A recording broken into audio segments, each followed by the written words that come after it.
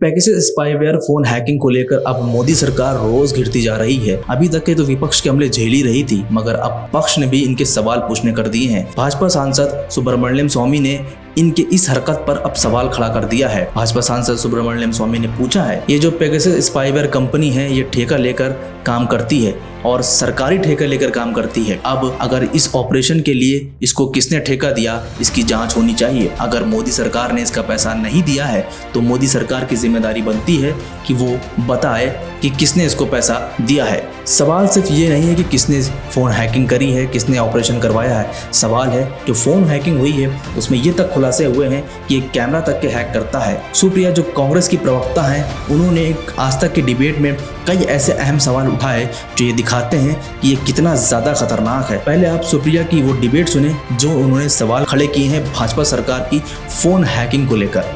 वो सिर्फ weighted governments को, सॉवरेन्स को बेचते हैं।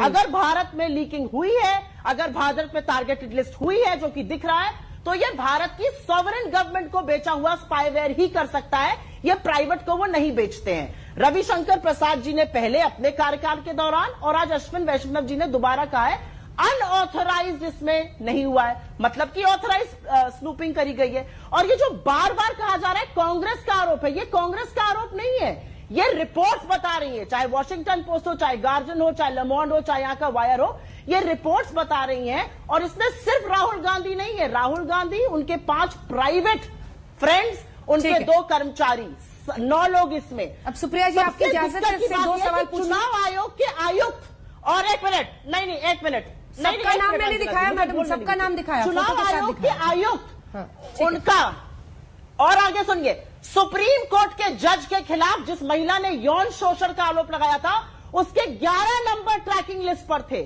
चुनाव आयोग के आयुक्त जगदीश कोचर और तो और ऋतिका चोपड़ा जो चुनाव आयोग कवर करती थी, उनका भी नंबर ट्रैकिंग पर था।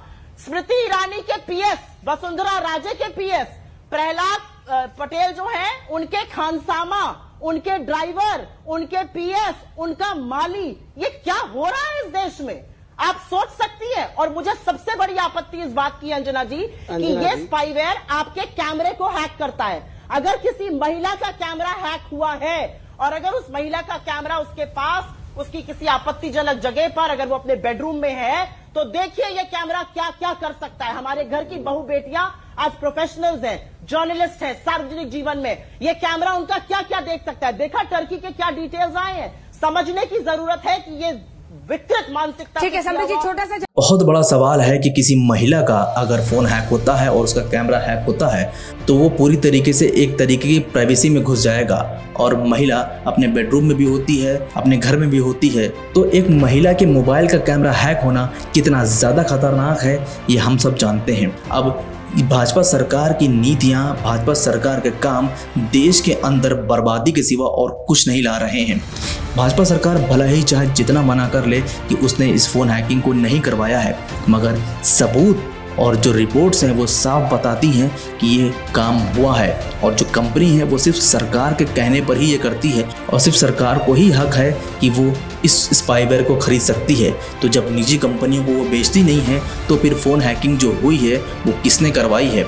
ये सुप्रिया ने और सुब्रमण्यम ने, दोनों ने ये सवाल खड़े कर दिए हैं भाजपा पर। अब भाजपा की शाख और भाजपा की नीयत दोनों पर ही सवाल है, दोनों की ही नीयत पर सवाल है। दोनों ने किस तरीके से देश को बर्बाद कर दिया है ये साफ दिख रहा है। और सबसे बड़ा सवाल चीफ जस्टिस रंजन गोगोई पे जिस महिला ने अमृता का रेप के चार्जेस लगवाए थे, रेप का आरोप लगाया था, उस महिला के पति और उसका भी फोन हैक हुआ है। सोचिए कितना ज़्यादा खतरनाक है ये।